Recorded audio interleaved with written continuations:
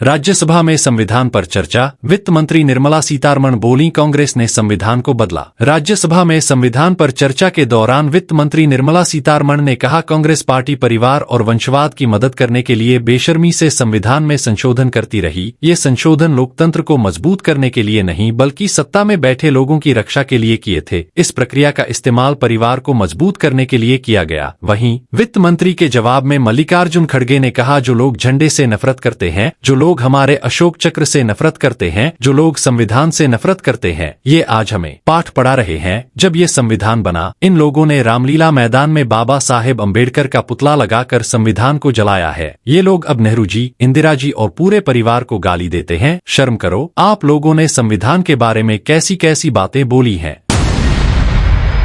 नेहरू से जुड़े दस्तावेज लौटाएं राहुल गांधी। प्रधानमंत्री म्यूजियम ने लिखा पत्र। प्रधानमंत्री संग्रहालय एवं पुस्तकालय ने औपचारिक रूप से भारत के प्रथम प्रधानमंत्री जवाहरलाल नेहरू द्वारा लिखे गए व्यक्तिगत पत्रों को वापस करने का अनुरोध किया है। ये पत्र 2008 में यूपीए शासन के दौरान सोनिया गांधी को भेजे गए थे। 10 दिसंबर को लिखे पत्र में पीएमएमएल के सदस्य रिजवान कादरी ने कांग्रेस नेता राहुल गांधी से सोनिया गांधी से मूल पत्र वापस लेने या फोटोकॉपी या डिजिटल प्रतियां उपलब्ध कराने का आग्रह किया। इस साल सितंबर में भी पीएमएमएल ने सोनिया गांधी से पत्र वापस करने का अनुरोध किया था। जवाहरलाल नेहरू द्वारा लिखे गए इन पत्रों को ऐतिहासिक माना जाता है। इन्हें 1971 में जवाहरलाल नेहरू मेमोरियल द्वारा नेहरू मेमोरियल संग्रहालय एवं पुस्तकालय, अब पीएमएमएल, को सौंपे गए थे। हालांकि 2008 में कथित तौर पर उन्हें 51 बक्सों में पैक करके सोनिया गांधी को भेज दिया गया था।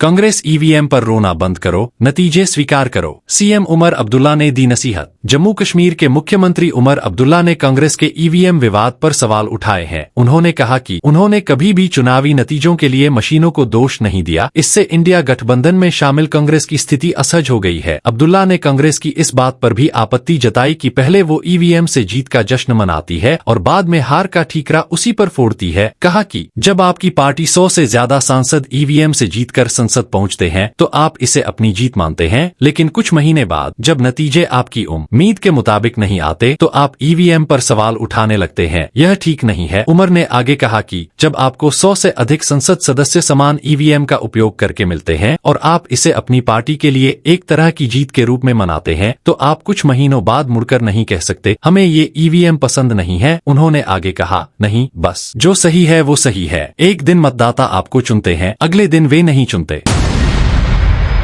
किसानों ने निकाला देश भर में ट्रैक्टर मार्च, पंजाब में नहीं। संयुक्त किसान मोर्चा, किसान मजदूर मोर्चा शामिल। शंभू खनौरी बॉर्डर पर आंदोलन कर रहे किसानों के समर्थन में पंजाब छोड़कर देश भर में ट्रैक्टर मार्च किया गया। हरियाणा में हिसार के हांसी में रामायण टोल के अलावा सोनीपत और अंबाला में भी ट्रैक्टर मार्च निकाला गया। हांसी में किसानों ने रामायण टोल से मिनी सचिवालय तक ट्रैक्टर मार्च निकाला। वहीं सोनीपत में खरखौदा में रोहना बाईपास चौक से भी मार्च निकाला गया। चरखी दादरी में भी आंदोलन कर रहे किसानों के समर्थन में ट्रैक्टर मार्च निकाला गया। ट्रैक्टर मार्च के बाद अब पंजाब में 18 दिसंबर को रेल रोको आंदोलन किया जाएगा। इस बीच हरियाणा बीजेपी अध्यक्ष मोहन बडौली ने कहा कि प्रदेश में हम 24 फसलों पर एमएसपी दे रहे हैं। कांग्रेस और आपकी सरकार भी किसानों को एमएसपी पर फसल खरीदने की गारंटी दे। वहीं परिवहन मंत्री अनिल विज ने कहा कि किसानों को रेल नहीं रोकनी चाहिए, इससे आम लोगों को ही परेशानी होती है।